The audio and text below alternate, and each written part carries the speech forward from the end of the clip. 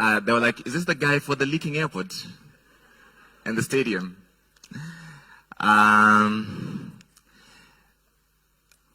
and I first overlapped at Daystar. I don't know if you knew that.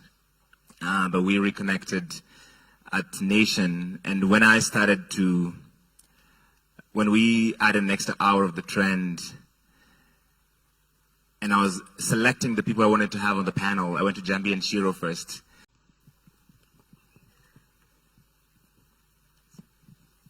Only Njambi could bring Larry Madowo and Larry Sego in the same room.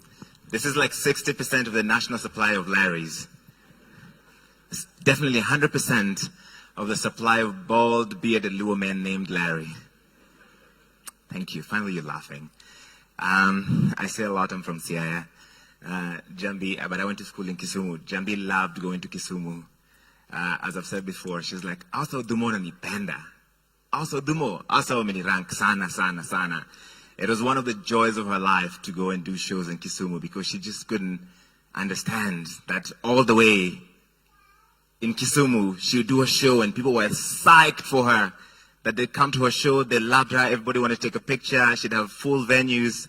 That was one of the true joys of her life. And when we went back to the trend this past week to do a tribute for Njambi, because that's the only way we wanted to honor her memory, a lot of people said it was nostalgic. Only the millennials. The Gen Zs didn't know who the fuck, I apologize. The Gen Zs didn't know who these wazees were. They were like, is this the guy for the leaking airport and the stadium? Njambi and I first overlapped at Daystar. I don't know if you knew that. But we reconnected at Nation. And when we added an extra hour of the trend, and I was selecting the people I wanted to have on the panel, I went to Njambi and Shiro first. And my whole brief to them was like, listen, we're going to do this thing. It's an experiment. Ikikata sawa tumejaribu. Ikiweza sawa. And I was like, if you come on the show, I want you to be hilarious or shady. And Njambi was both. Sasa zingine I was like, Njambi tuko kwa TV, cheza chini, ni nini? Unachoma. Tutafukuzwa hapa hivi. But she came and she came fully as herself. Every single Friday. There were times when she was in pain, when we'd sit in the little boardroom outside the NTV newsroom, and she'd had a difficult week, she was having a bad day. Then we'd go on the air, and for an hour, she'd bring joy to the country. She'd bring spirit, and she'd bring so much laughter. And that is the thing I remember most and love about Njambi, that even in the midst of her own pain and suffering, she was still a light to so many people. And Njambi was only a year older than me, but she lived multiple lifetimes.